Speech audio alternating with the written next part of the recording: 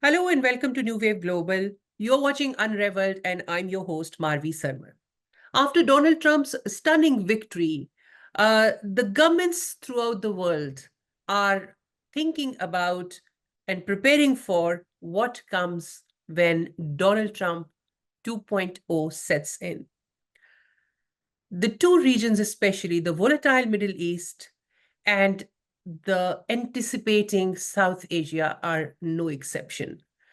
And our today's focus is going to be these two regions. Joining me in for unraveling what's coming up is our very distinguished guest, Syed Mohammad Ali, who is a lecturer in Johns Hopkins and is a non-resident scholar at Middle Eastern Institute. Welcome, Mr. Ali.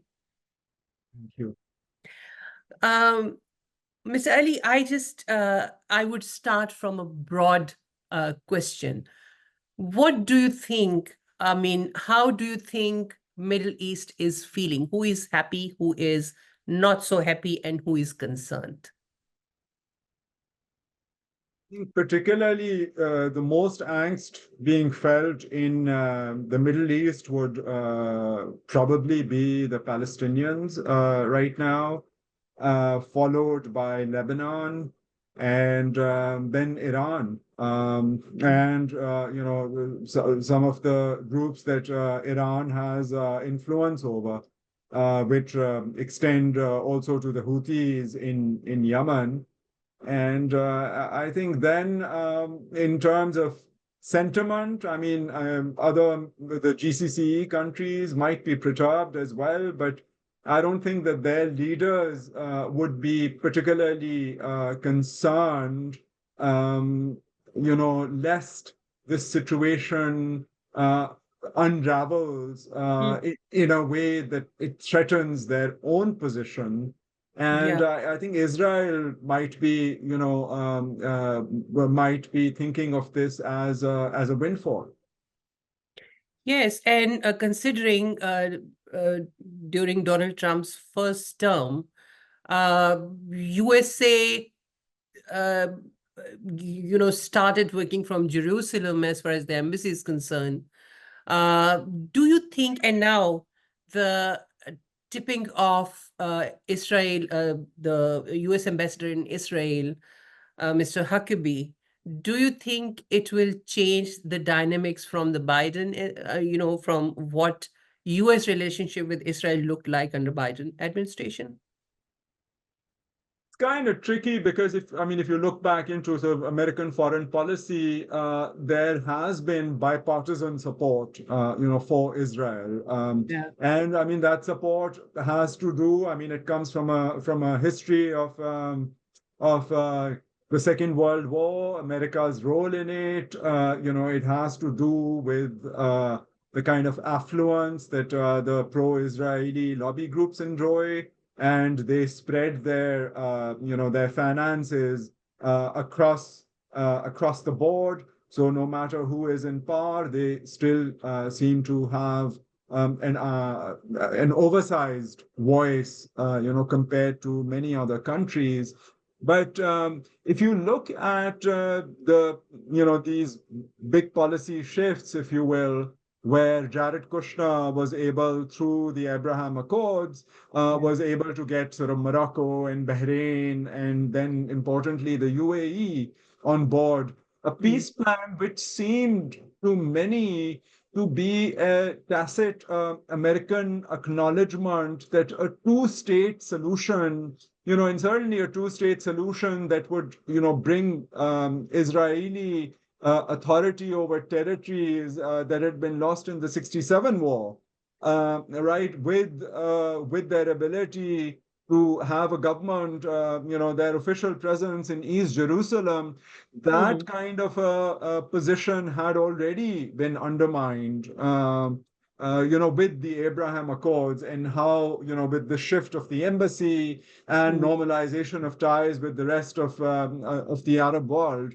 And, to a large extent, the Biden administration did not push back on that. I mean, this was before the Hamas attack on Israel. But the pressure. I mean, of course, the Palestinians have been living in a pressure cooker, for decades now, and that sort of ground reality was already, because that two-state solution is also not feasible. If you look at sort of the West Bank, it's pockmarked by Israeli settlements. And there was no strong stance against the settlements. In fact, there's been analysis and there's scholarly work done on this, showing how President Biden, not only now, but because of his long and illustrious career in the US government, and even during the Obama years, where there was some personal friction between President Obama and Prime Minister Netanyahu, uh, Yeah. President Biden would, often, go and sort of, diffuse some of the friction around the settlement issue. As So, the as the vice he, president. hmm, As the vice president, you mean? as the vice Yeah. president. And, nothing was really done on that situation. And then, of course, subsequent, to then the Israeli retaliatory attack, which for them was considered the 9/11 moment, Hmm. there has been sort of unflinching support to Israel. There's been some concern about, about the massive collateral damage that has been caused, but there is still no indication, and we probably won't see, military aid being cut. And when President Trump has said that something like this would not have happened, under him, I don't think that, that is cause for celebration for the Palestinians, that they would have been empowered to a degree that this would not have happened. And now we will in fact see, a new, more empowered Biden administration, Hmm. and the kind of key appointments that it's been making, we will see that impact unfold in front of our eyes. Yeah. And there exists specific concern and actually uh, nervousness around what happens with Iran. So, I mean, that's been from the get-go, after the aerial bombardments had started in Gaza, since that time, and even perhaps earlier. And they're, looking at sort of how Iran has tried to reassert its influence. It has aligned itself with Russia, and it aligned itself with Russia not only for Ukraine and sort of, helping by providing drones, etc., but it had also it had placed its bets on Bashar al-Assad in Syria. Hmm. And Russia did not want sort of Western influence in yet another state, after having seen what happened to Libya, what happened to Iraq, and Putin himself, claims that he wants to get Russia, off its knees and take its rightful place in the Hmm. global community. So he has been asserting this position, and then for Iran, it has cultivated ties, with Hezbollah, with Hamas, which is not even a Shia outfit, Hmm. and also with the Houthis. So Hmm. there has in DC from the get-go, there has been thinking around, like, okay, so what is Iran doing? How is it posturing itself? Is it winning the PR war? Hmm. Is this denting America's credentials as a human rights watchdog for the global community, as a global hegemon? So there is, and then of course we saw that missile exchange, right? And so far it's been contained and symbolic, but there is a possibility now with people like Marco Rubio, who has, in terms of foreign policy, has been described as being neoconservative, although he has rebranded himself now as an America First person. But when it comes to foreign policy, and being the Secretary of State, he has been very pro-Israel. He has been very anti-China. And, he has no love lost for Iran. So Iran is going to find itself in a tight spot, particularly if President Trump is not able to land a fantastic deal as he's been claiming through the electoral process, through the campaigning process. Yes, and talking about Marco Rubio, the other day he was reported as saying something to the effect of bombing Afghanistan and Russia. So, do you think that would be possible under Trump 2.0? I mean, I don't know about Afghanistan after those 20 years, if there's any appetite within the US to go back there.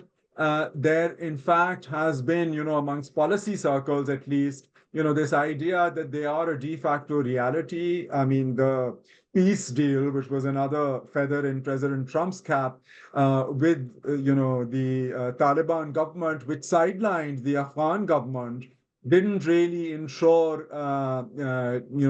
intra-Afghan dialogues. Mm, And now there is some recognition that given the fact that they are there and the Chinese are, normalizing ties with them, Russia is talking to them, Pakistan has a lot of friction with Afghanistan for its own reasons, but everyone else, the Gulf states, and they are a reality, and the US needs to acknowledge that. And we've seen, in recent years, the US, while it withheld, Afghan assets, it mm, has been providing significant humanitarian aid. So we might see a dwindling of that humanitarian aid, with these sort of more isolationist ideas.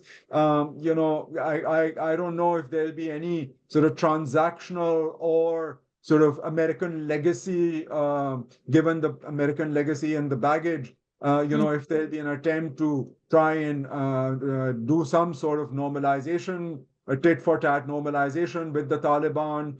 mm, But I don't see, I don't see there's enough, I think, going on in the Middle East mm. and with China that it wouldn't the US, I don't think, would sort of pick on a Yeah. sore that is, where they've managed to exit after 2 decades and all the money spent. That's right. That should give me a very good segue to come to the South Asian region. But just before that, I have my last question on Middle East, which is about, during this hush hush and this euphoria around the US elections and the results, one news item that got almost ignored was about Qatar, that announced it is going to suspend or pause its mediation between Iran and Saudi Arabia and Israel and all this. The role of mediator that it had assumed is going to be suspended. What do you think now the Trump challenge would be? uh, he certainly cannot carry on the Abrahamic Accord and other policies that he initiated in his first term. There are new challenges. The world has changed. The Middle East has changed. The dynamics, the political dynamics, geopolitics have changed. What do you think is going to happen to that process? It's not smooth, we know, but how Trump will carry on with that? Well, I mean, starting with Qatar, it is quite interesting, with not only its airlines and then Al Jazeera and Al Jazeera Arabic, which had also created some strain between Qatar and the GCC states, which has been subsequently addressed.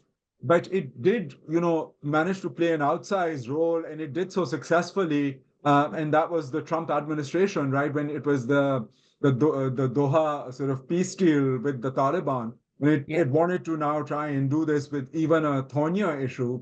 And the frustration felt. I mean, Al Jazeera has been kicked out of Gaza, and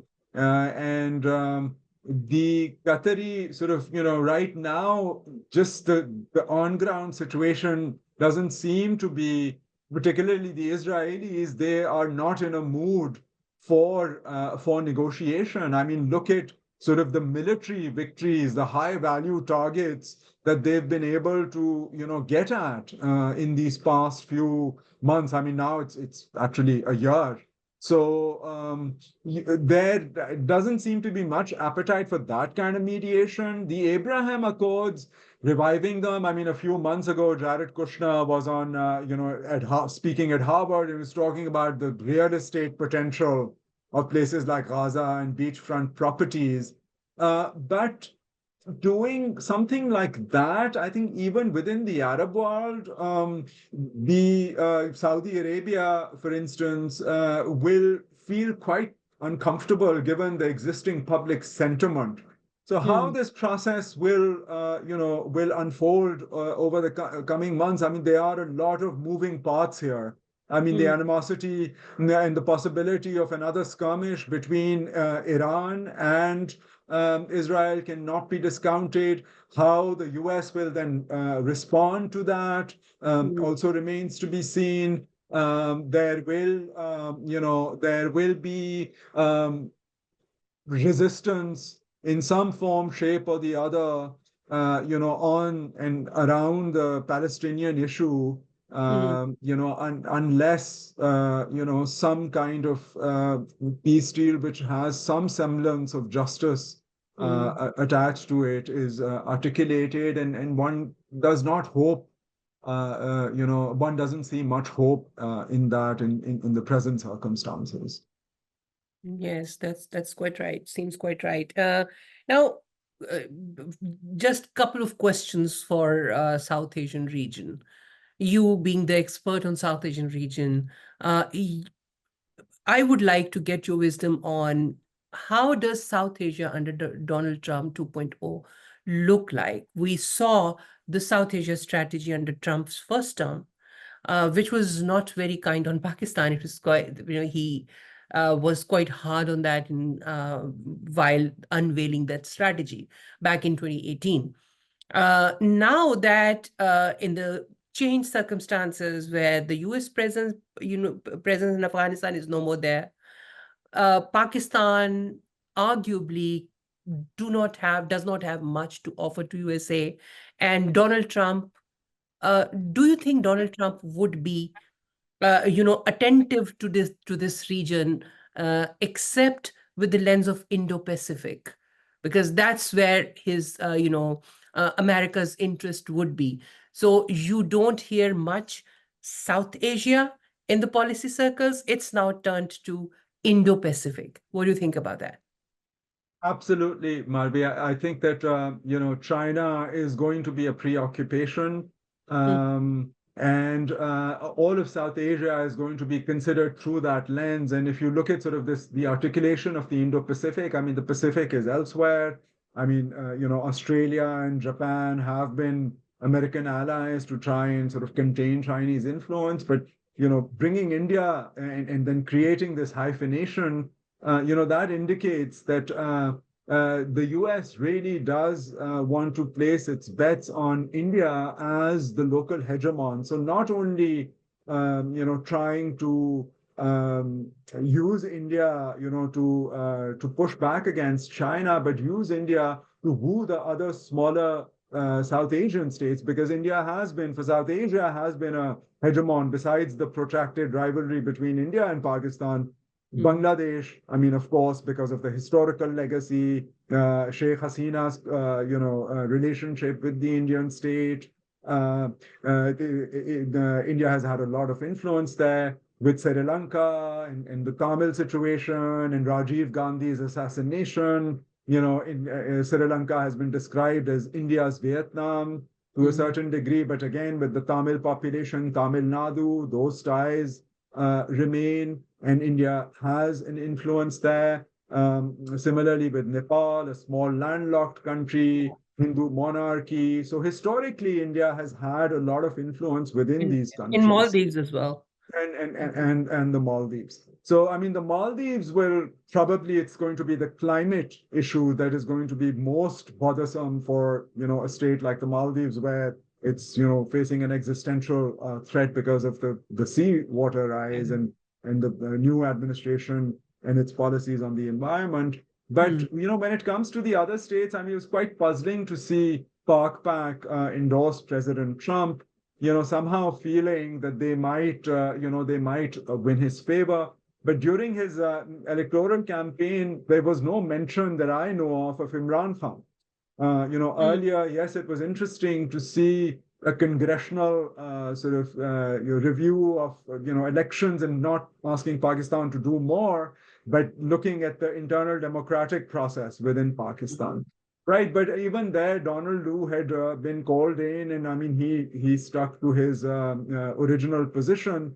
So with Pakistan, I mean, I don't know, beyond a rhetorical statement, if we will see real pressure being exerted on Pakistan. I think the American establishment is fine working with Pakistan with a toned down kind of expectations that they have for Pakistan. There's not much utility, but India will probably, continue to enjoy great ties, and it will be used, in the attempt to woo the smaller states. I mean, of course, Pakistan also does not want to put all its, eggs in the same basket. But now, with the increasing bilateral aid dependency on China, if it is compelled to pick sides, if there is more pressure exerted on China and that great power competition unfolds more intensely in South Asia, it could become more uncomfortable for Pakistan. India, I mean, there are analysts here who've started saying, hey, wait a second, India is an illiberal democracy. They were saying that during the previous administration. They were pointing to the fact that if there's an actual confrontation over Taiwan, India will not really come to America's aid because its own security interests will not be threatened. It's not like it's a skirmish in the Galwan Valley. So, there's also some skepticism about sort of India really standing up to China. And of course they trade tremendously. So they have, their own dynamics. They've reached some kind of an understanding. The underlying contestation in the Himalayan shelf has not gone away, the dispute between China and India, but they still do have, they have managed to sort of put in place some procedures to, see that it doesn't, turn to actual conflict. So it is going to be a tricky situation. Pakistan, again, will try not to be cornered like that. It has value for counterterrorism. And with the remaining states, I mean, they're trying to get the best deal that they can by trying to, I mean, Sri Lanka, the Hambantota port is there. The Chinese had provided support to Rajapaksa when he was crushing the LTTE. So they do have long-standing ties also with China now. Bangladesh, right now, we don't know, with the caretaker set up, and they have sort of now said that the Awami League can't, participate in the political process, which is what used to happen with the BNP in the past. So, we'll see some talk of sort of democracy, but that talk coming from the US. Also, the global community doesn't take that very seriously, but Yeah, it's there's going to almost be, the end of almost the end of American exceptionalism in that. And coming from, I don't think Donald Trump in his first term ever pushed on human rights and democracy. It was all about America first. It was all about what are American interests, and that would remain so. But nevertheless, we see Bangladesh, in India, and in Pakistan especially, a lot of emphasis on, the jubilation among the camps of Imran Khan, Hasina Wajid, and Prime Minister Modi.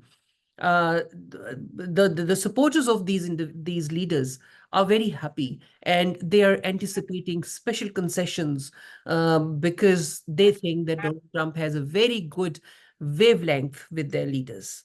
Um, do you think, I mean, you have partly answered it, but do you think that, these individuals have something more to offer to Donald Trump instead of the state, the countries? well, I mean, the American president does have a lot of influence when it comes to foreign policy. President Trump can be quite unpredictable. So one doesn't want to place any bets here, but I suspect that Prime Minister Modi's sense of jubilation might be sort of more, there's a greater chance of that, sort of playing out well, whereas in Bangladesh and in Pakistan, there could be more disappointment. That's right. And my last question would be about the, now the world has changed, quite changed from the time when Mr. Trump was the president first, before.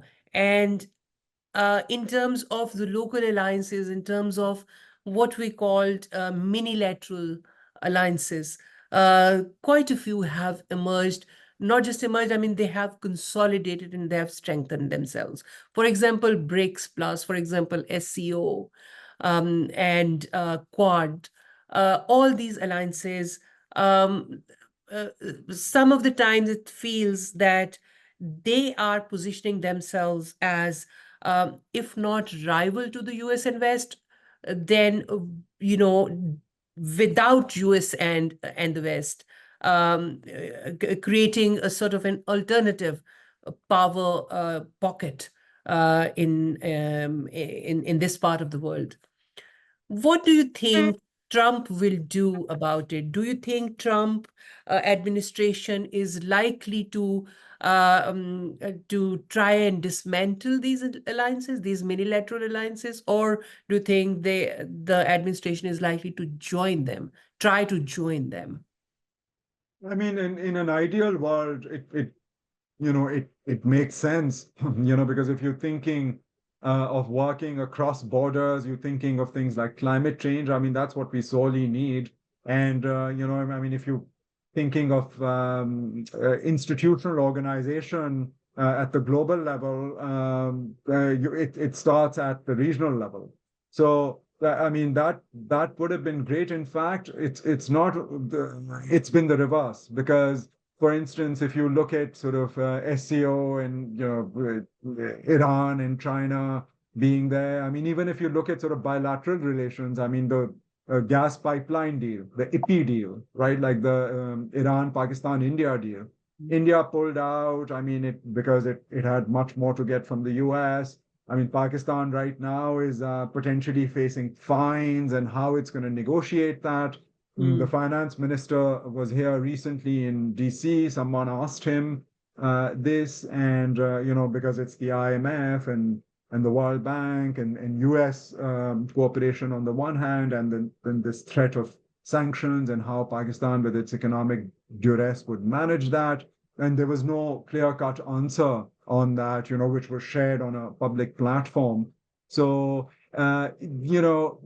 it seems that the Trump administration, it'll continue this talk of sort of trying to secure supply chains. It sort of, fits in with his agenda of America first and sort of, American sort of sovereignty over its supply chains. So, and possibly working through partners. So, countries like India, which is, considered the largest democracy and much potentially more aligned with American values than China is now. So, we might not see a lot of movement and, American sort of blessing particularly for groups like BRICS, right? Given the animosity with Russia and China, or the SCO for that matter, which, where these players are important. In the past, though, and it's not only one-sided. I mean, in the past, we've seen America did want a greater role for China to help stabilize Afghanistan, and China didn't quite step up, because they didn't want to fulfill sort of toe America's line and had its own considerations. And now it's developing a transactional relationship with Afghanistan. But I think some of the platforms where some support could be given are things like SARC, but I think the Trump administration and how it's going to articulate its foreign policy, we will see certain elements of isolationism on issues that there isn't much concern for, like climate, because I mean, in SARC, cooperation on climate is a low-hanging fruit. We're not talking about realigning territorial jurisdictions. So, Yeah. that would have been great. And if you look at sort of donor funding that comes to South Asia, a lot of it is piecemeal. There's no money coming in to manage the Indus Basin in an integrated manner, which is the need for the hour. But one doesn't think that those are the kinds of issues that are going to be at the forefront. If anything, it's going to be trying perhaps to, come up with some kind of an arrangement that's, acceptable to the GCC, to try and address the Middle Eastern situation, to, Yeah. maintain American hegemony, sort of, a more muscular Quad, perhaps. So those are the alignments that I think will get the attention of American foreign policy makers.